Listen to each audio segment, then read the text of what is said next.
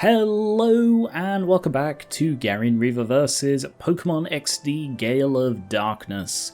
I am back in Agate Town, Agate Village, and I have a whole team of Pokémon ready to be purified. So, let's see how quickly we can get through all of this and get on with the story. First up is Makuhita, and it is purified!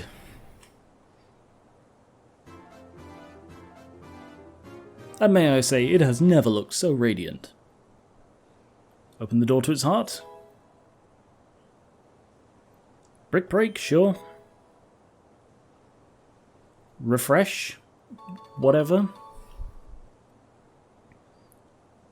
And the nickname, Nissa. Although it was specified that this was for a female one, that's not a thing we're doing anymore, so I just think it's a really pretty name, Nissa. There were a couple of other suggestions, but Nissa was by far my oh god, sorry, just hit a lamp. I'm waving my hand broadly. You can't see it, but moving on. Next up is Vulpix, and it is also purified.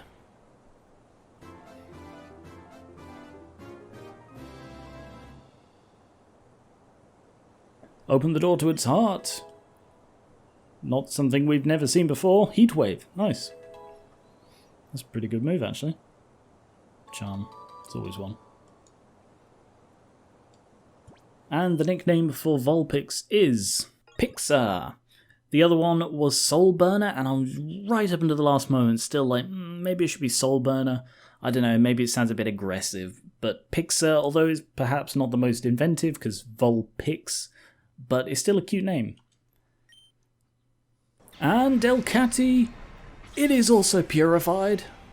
I'm holding a pretend microphone, you can't see that either. I mean, now there's a real microphone in front of me, but why am I pretending to? There's a. Ugh. Secret power, okay. Oh, we looked a bit confused. Sweet kiss, alright, not too bad. Pippin, after my mum's cat. This cat, isn't he adorable? He's so adorable. He's just so fluffy. Anyway, yes, Delcatty.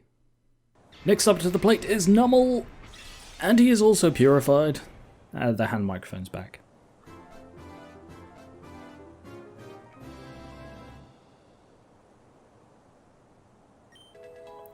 Open the door to its heart. Takedown, okay, odd move. Well, alright move, I guess. Why do they always have one okay move or cool move and one pointless move? Vesuvius, fairly obvious influence, but bit of a cool name anyway. Next up is Shroomish, and yep, despite looks, it is also purified. Still looks pissed off though. Open the door to its heart.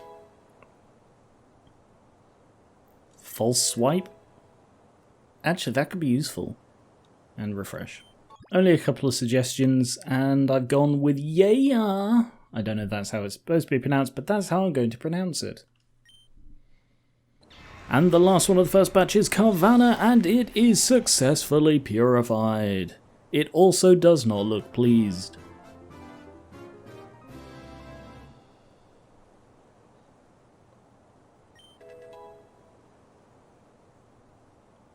Sorry, I wasn't even reading those, I was just clicking.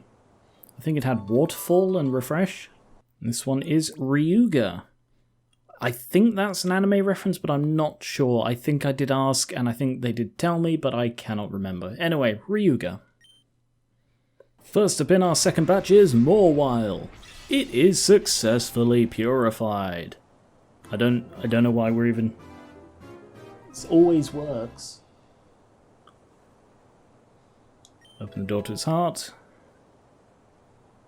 False swipe. For some reason I thought that would have false swipe. And sing. Ah. First time its second move has not been completely useless. Alright, I'm sure refresh and charm have their uses. Have their charms, you could say. Anyway. Gabu. Which I think is a Japanese word. It's like, I'm sure that's a thing. I can't remember what it translates to. No one knows, so moving on. Next up is Voltorb. Pop. It looks pissed off.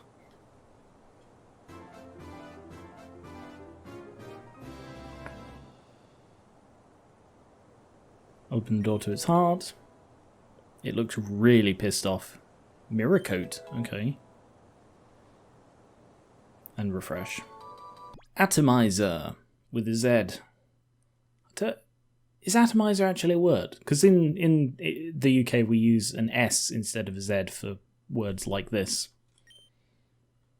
Last of the usual lot is what? Duskull. Purified. Yep, you all know the drill. Usual lot. What does that mean? The ones who aren't in my team. Shadow Ball. Cool. I quite like Duskull. Helping Hand. Okay, sure. One of the most pointless moves.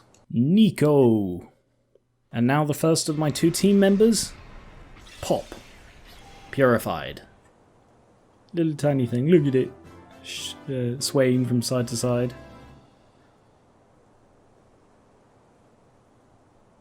Natu opened the door to its heart. Future Sight, not amazing. Baton Pass, also not amazing, but it should level up. 23. Oh, that's it. Bit disappointing. Okay, so Natu, his nickname is going to be Zentech.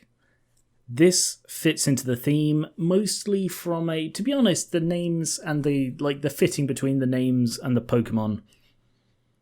I'll talk about it in a bit when they're all named and I'll explain the theme. Hyper Mode Roselia is the last one of today's purifications, and it is pure. Look at how tiny it is. It's doing a little dance for us. It looks quite happy about being purified, unlike virtually everyone else. Alright, give me a good move. Give me a good grass move. Come on. That's not bad. Not amazing, not bad. That one's pretty bad. Level up. 23. Okay. Okay. Decent special attack. And Roselia's nickname. Yeah, I'll talk about how these all play into the theme very soon. Maiden. So, my team. We have Deathtoll the Trapinch, Maiden the Roselia, Zentech the Natu, Crescent the Houndoom, Solstraith the Jolteon, and Skardisheim the Spheal. Actually, is this... Oh wow, just by pure coincidence they've paired up brilliantly. Alright, I don't know if you guys have had any theories about the reasons, the theme behind the nicknames. These are a theme I planned out ages ago, like right when I decided I was going to do this as a series, I decided I'd use this naming theme. These are all named after model armies I have or wanted to collect. Deathtoll is named after my Skaven clan Deathtoll, as seen here. I talked about these in a blog called The Lorehammer that I did, oh bloody hell, like 6-7 years ago now. And they are still one of my favourite armies, the Skaven. They're definitely my favourite fantasy army. And I just want to point out that I planned to do this way before I even had the idea to do a tabletop-related channel. By the way, if you're unaware of that, I'm doing there's a Geran Tabletop. YouTube.com/Geran Tabletop.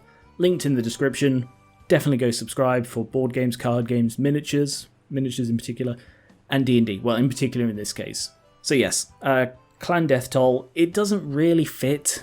I was torn between calling it this and calling it something to do with the High Elves, because they're also one of my favourite Warhammer Fantasy armies, and sort of the Flygon dragon aspect worked well with the dragons used in the High Elf army. However, I don't really have a name for my High Elf army. They're just called Gorian's Host. That's just what I called them, and that just doesn't translate unless I called him Gorian. But yeah, Roselia, Maiden, named after the Fallen Maiden, which is what I would have called my Vampire Counts army.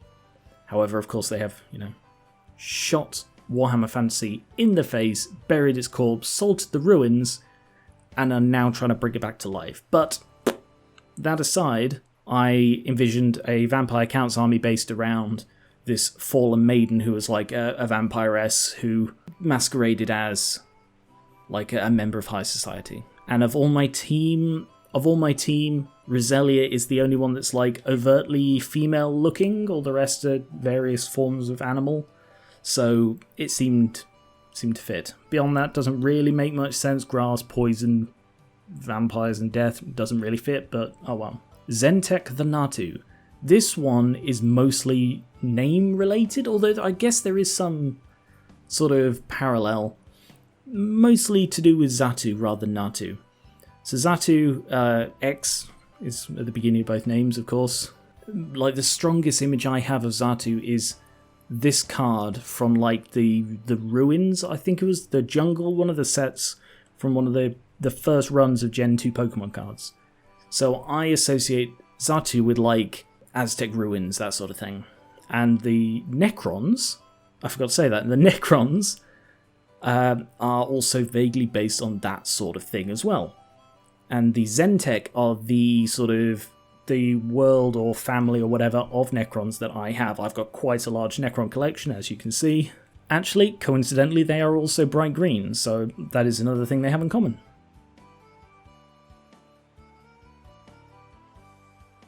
Houndoom, this one was probably the best fit, because Houndoom is named after the Howling Crescent warband for my Chaos Space Marines, as seen here. Their leader is... Actually, I did also write about this on the Lorehammer, again, years and years ago. But yes, Howling Crescent, and he's a dog, and he has Howl and so on, so that was a pretty good fit. Also Dark, Chaos Space Marines. Again, it fits.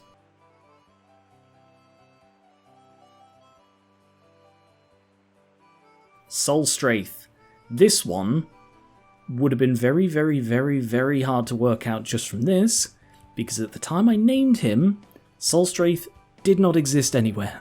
It was originally going to be Solend, which I did mention, and it was going to be based on, if they hadn't killed Warhammer Fantasy, I would have collected a Solend Revivalists faction, which was a faction of the Empire that I sort of invented.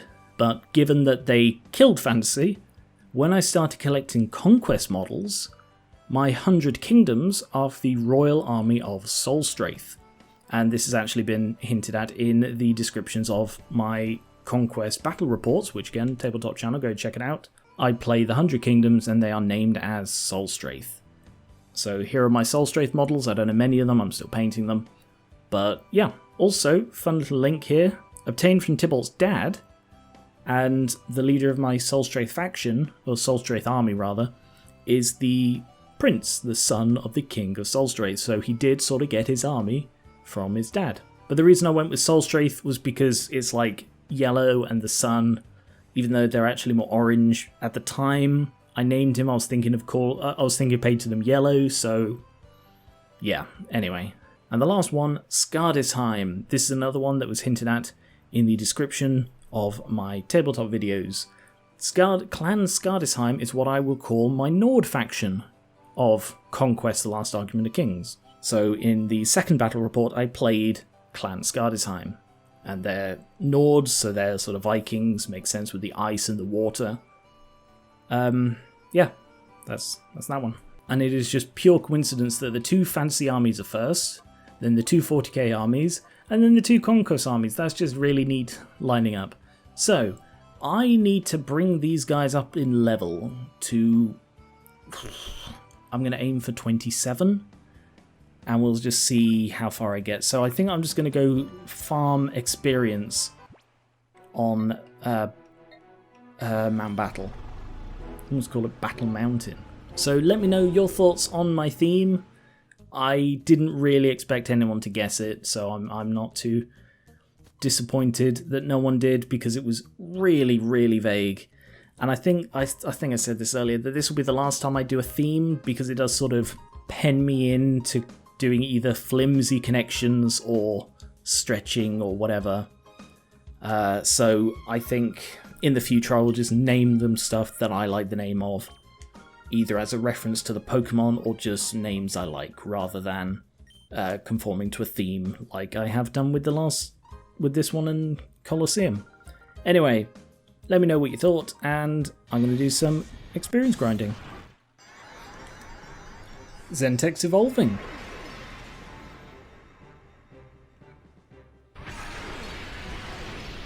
Hello. I wish its passive pose was like with the wings out. It's just such a cool image. Yeah. Nice. Well, I guess now's the time to show you. We are not quite there yet, so I'm just going to keep farming levels. Oh, would you look at that? I got a TM that I want to use. Yes, I will teach this TM to Skardisheim. Water gun for water pulse. Sounds like a fair trade to me. Yay! It's one of his final moves sorted now. I had a thought that because the levels in Man Battle were getting a little bit high, there's quite a jump between sort of the second row, the second area and the third area. I thought I'd try competing at Pyrite Colosseum as part of my training. Should I better save first? So like with the rest, I think I'm just gonna blitz straight over this, if that's okay, just to get the levels up. Second round through done. Got a couple of TMs. Got everyone up to level 27. I think we're ready to continue with the story. Oh, Crescent leveled up. Okay. Alright. Now, where was the story? Oh, Fennec! God, I haven't been back to Fennec for ages. Okay. Well, I guess I'll be heading to Fennec now. Thank you very much for watching. I'll be back with more Gale of Darkness soon, and I will catch you later.